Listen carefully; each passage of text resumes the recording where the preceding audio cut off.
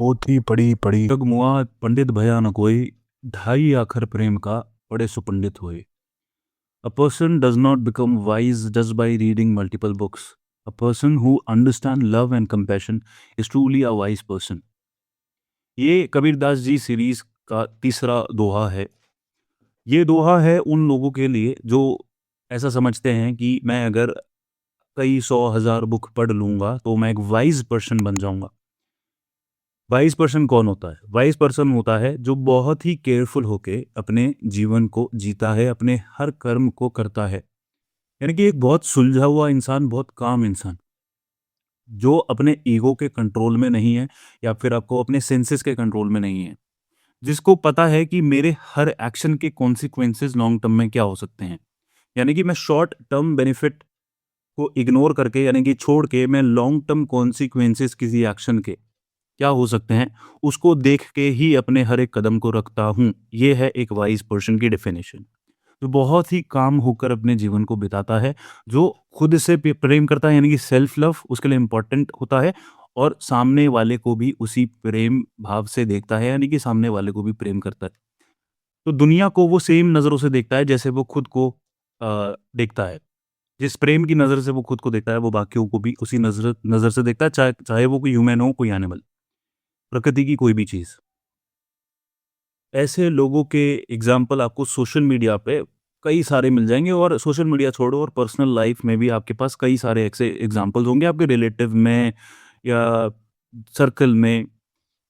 उनको नॉलेज बहुत होगी, इंटेलेक्ट बहुत उनका हाई होगा, और कहने को तो मतलब जब किसी और को प्रॉब्लम होती है तो वो अपने सजेशन देने आ जाते हैं, यार तुम्हें ऐसा करना चाहिए, वैसे करना चाहिए। पर सेम चीज़ जब उनके साथ हो रही होती है तो वो कमज़ोर पड़ जाते हैं, तो वो सेम चीज़ को अप्लाई नहीं कर पाते अपनी लाइफ में। जैसे ये एक व्यक्ति का एग्ज़ाम्पल लेते हैं जो ज्ञान देता है कि हमें ना गुस्सा नहीं करना चाहिए, हमें ना गुस्से को कंट्रोल में करना चाहिए, मेडिटेशन करो, गुस्सा कंट्रोल में होगा। और लाइफ में कोई सिचुएशन आई, मान लो गर्लफ्रेंड से या वाइफ से कोई लड़ाई हो गई, और उसको उल्टा-सीधा बोल दिया, उसके ऊपर हाथ उठा दिया, या पड़ोसी से लड़ाई हो गई, हाथ उठा दिया। तो ऐसे इंसान के लिए ये दोहा है, आपने बेशक हज़ारों बुक्स क्यों ना पढ़ी हो, वो आपको ट्रू विज़डम नहीं दिला सकती अनटिल एंड अनलेस आप उस नॉलेज को अप्लाई ना करो जीवन में। अगर आपने हज़ारों बुक पढ़ ली है, पर आप उसको अपनी लाइफ़ में अप्लाई नहीं कर रहे हो, तो उस ज्ञान का कोई फ़ायदा नहीं है, क्योंकि वो जो नॉलेज आपने बुक से ली है, वो सिर्फ़ आपके दिमाग तक सीमित है। पर जब आप उसको अपनी लाइफ़ में इम्प्लीमेंट करते हो ना, एक्सपेरिमेंट की तरह, तो वो एक ट्रांसफ़ॉर्मेशन बन जाता है। तो वो सिर्फ़ आपके दिमाग तक सीमित नहीं रहता, वो आपके हार्ट में, यानी कि आपके हृदय में बस जाता है, और वहीं से फिर आपका ट्रांसफ़ॉर्मेशन होता है। आपने हज़ार बुक पढ़ी हैं, नॉलेज आपके पास बहुत सारी हो सकती है, आपने सिर्फ़ और सिर्फ़ डेटा कलेक्ट किया है, आपने इन्फॉर्मेशन कलेक्ट करी है, आपने अपनी लाइफ़ में अप्लाई नहीं किया उसे। कई लोग हो सकते हैं अप्लाई करें, मैं ऐसा नहीं कह रहा, पर मैं नॉर्मली बता रहा हूँ, ज़्यादातर लोग आपको ऐसे ही मिलेंगे। एक वाइज़ इंसान कौन हुआ जिसने हज़ारों बुक नहीं पढ़ी, उसने 1, 2, 3 बुक पढ़ी, हो सकता है वो भी नहीं पढ़ी, पर उसको पता है कि मेरे को अपने एक्शंस कैसे लेने हैं, ठीक है? एक बुक पढ़ी पर उसको अच्छे से अपनी लाइफ़ में उसने इम्प्लीमेंट किया, बिल्कुल फ़ॉलो करा, वो है वाइज़ इंसान। पर अगर एक व्यक्ति है, मान लो उसने 1000 बुक पढ़ रखी है, पर लाइफ़ में उसने कुछ भी अप्लाई नहीं करा उसमें से, उसका बिहेवियर आज भी वैसा ही है, दूसरों को बहुत रूडली ट्रीट करता है, दूसरों के मतलब अपने प्रति और दूसरों के प्रति समानता की भावना नहीं है, यानी कि इक्वालिटी नहीं है। मैं इससे क्यों बात करूँ? मेरे तो इतने फॉलोअर्स हैं, मैं इससे क्यों बात करूँ? ये छोटा आदमी है, मैं बड़ा आदमी हूँ, ये दूसरी जाति का है, मैं इससे क्यों बात करूँ? आपने हज़ारों लाखों बुक पढ़ी हैं, पर आपका बिहेवियर अगर ऐसा है, तो उस नॉलेज का कोई भी बेनिफिट आपको नहीं मिलने वाला है।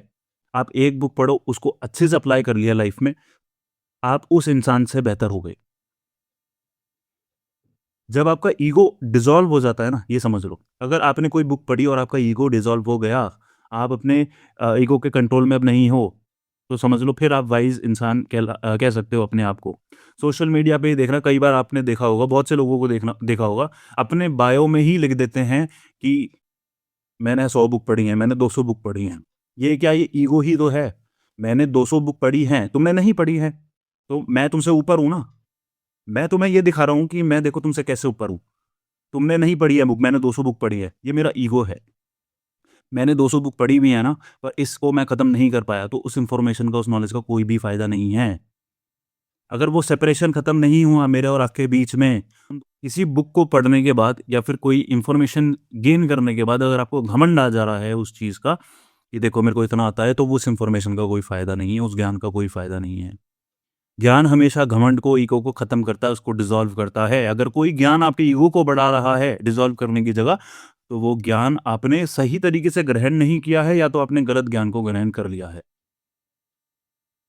तो उससे आप अपना भी नुकसान करोगे, और जिससे वो उस बुक की जो गाइडेंस अगर आप किसी को दे रहे हो उस बुक के थ्रू, तो वो भी आप गलत दोगे। क्योंकि जब आपने अपना ही डिसॉल्व नहीं करा उस लर्निंग से, तो फिर आप किसी का कैसे डिसॉल्व करोगे, किसी को कैसे सिखाओगे कुछ?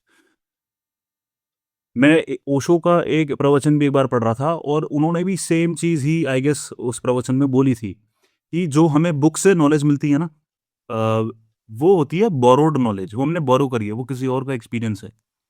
असली एक्सपीरियंस या फिर असली नॉलेज जो मिलती है इंसान को, वो मिलती है खुद के एक्सपीरियंस से। तो जब आप खुद अपने आप पे अप्लाई करोगे ना उस चीज़ को, वो है असली नॉलेज।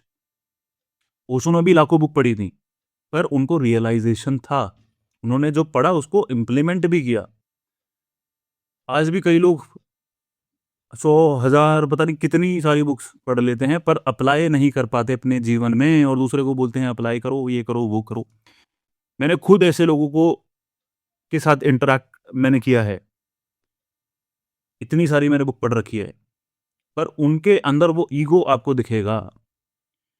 जिस इंसान ने 1000 बुक पढ़ी होती है ना, 1000 बुक का मतलब भाई डाइवर्सिटी, आपने कई आपने रिलेशनशिप्स पे भी पढ़ी होगी, लाइफ के ऊपर भी पढ़ी होगी, हर चीज़ के ऊपर आपने कुछ ना कुछ बुक पढ़ी होगी। तो तब भी आपका ईगो डिसॉल्व नहीं हुआ, तब भी आपके अंदर से वो सेपरेशन वाली भावना नहीं गई, तो फिर वो क्या फ़ायदा हुआ उस ज्ञान का? तो जिस ज्ञान से मेरे और आपके बीच में सेपरेशन ख़त्म नहीं हुआ, उस ज्ञान का क्या फ़ायदा? अगर वो सेपरेशन बढ़ गया, तो उस ज्ञान का क्या फ़ायदा? तो अगर आप किसी को ज्ञान दे रहे हो और किसी की हेल्प करना चाहते हो, तो कोशिश करो कि पहले आप उस चीज़ से अपनी हेल्प करो। अगर आपने कोई चीज़ सीखी है, तो अपनी लाइफ़ में उसे पहले यूज़ करके देखो, इसको इम्प्लीमेंट करके देखो। तभी फिर आप दूसरे की अच्छे से हेल्प कर पाओगे, क्योंकि जो चीज़ आपने खुद एक्सपीरियंस नहीं करी, वो आप कैसे किसी को हेल्प करवा सकते हो? देखो, अच्छी बात है, आप हेल्प कर रहे हो, वो अच्छी बात है, आपने फेस नहीं किया, पर आप चाहते हो दूसरे का भला हो, वो बहुत ही अच्छी बात है। पर अगर आप उसको पहले अपने ऊपर अप्लाई कर दोगे और फिर दूसरे की हेल्प करोगे, तो आपको और ज़्यादा फ़ायदा मिलेगा, क्योंकि आपको पता होगा कि ये सामने वाला कहाँ फँस सकता है। आपको बहुत सारे एग्ज़ाम्पल ऐसे मिलेंगे जो आपके रिलेशनशिप सॉल्व करवा रहे होंगे। कहेंगे एक्स मैनिफेस्ट कर लो, पार्टनर को मैनिफेस्ट कर लो। जिनका खुद का पार्टनर नहीं है, जिनकी लाइफ़ में खुद गर्लफ्रेंड या बॉयफ्रेंड नहीं है, वो वो आपको आपको बता बता रहे रहे हैं हैं कि कि अपने अपने पार्टनर के पार्टनर साथ के ऐसे साथ करो, ऐसे करो, वैसे वैसे करो। करो। जब जब मेरे मेरे पास पास मेरा मेरा पार्टनर है, पार्टनर है, मैं उस मैं चीज़ उस को चीज़ को अपने अपने रिलेशनशिप में रिलेशनशिप में अप्लाई अप्लाई करूँगा ना, करूँगा ना, तो मैं तो मैं ज़्यादा ज़्यादा बेहतर बेहतर तरीके से तरीके आपको से बता आपको बता पाऊँगा। पाऊँगा। अब अगर किसी इंसान ने ब्रेकअप फेस नहीं किया, उसने उस शिद्दत से किसी को कभी लाइफ में नहीं चाहा, वो उस फेज़ से कभी नहीं गुज़रा अपनी लाइफ में, जहाँ पर एक-एक दिन काटना इंसान का मुश्किल हो जाता है, एक-एक पल काटना मुश्किल हो जाता है, वो आपको कैसे हेल्प कर पाएगा? उसने 2-4 बुक पढ़ के समझ लिया क्या करना है, क्या नहीं करना। पर एक व्यक्ति जिसने खुद एक-एक बिल्कुल बारीकी से उस चीज़ को एक्सपीरियंस करा है, और फिर अपनी लाइफ में उसने कुछ चीज़ अप्लाई करी, और फिर वो आपको गाइड कर रहा है या फिर आपको बता रहा है, वो है असली ज्ञान। बेशक उसने बुक भी ना पढ़ी हो, पर अपनी लाइफ में उसने बहुत चीज़ें देख ली हैं, जिसके बाद शायद जो बुक में नॉलेज है, वो भी उसके लिए कम पड़ जाएगी। तो कभी भी ज्ञान हासिल करो तो घमंड नहीं करना है, ठीक है? आपको लगता होगा कि यार इस इंसान ने इतनी सारी बुक पढ़ी है, मैंने तो एक भी नहीं पढ़ी, ठीक है? हो सकता है कि उसने पढ़ी, उसने एक भी अप्लाई नहीं किया अपने लाइफ में, पर आपने बिना पढ़े ही बहुत कुछ अप्लाई कर लिया, बहुत कुछ सीख लिया। आप एक लेवल ऊपर हो उस इंसान से। तो एक बुक पढ़ो, बेशक, पर उसको अच्छे से इम्प्लीमेंट करो। कभी भी ज्ञान का घमंड मत करना कि मेरे को इतना आता है, इसीलिए मैं तो तुमसे ऊपर हूँ, मैंने इतनी बुक पढ़ ली है, इतना ज्ञान है। ज्ञान बुक पढ़ने से नहीं आता, असली ज्ञान आता है उस ज्ञान को अपनी जीवन में उतारने पर, रियलाइज़ेशन में, खुद को ट्रांसफ़ॉर्म करने में असली ज्ञान आता है।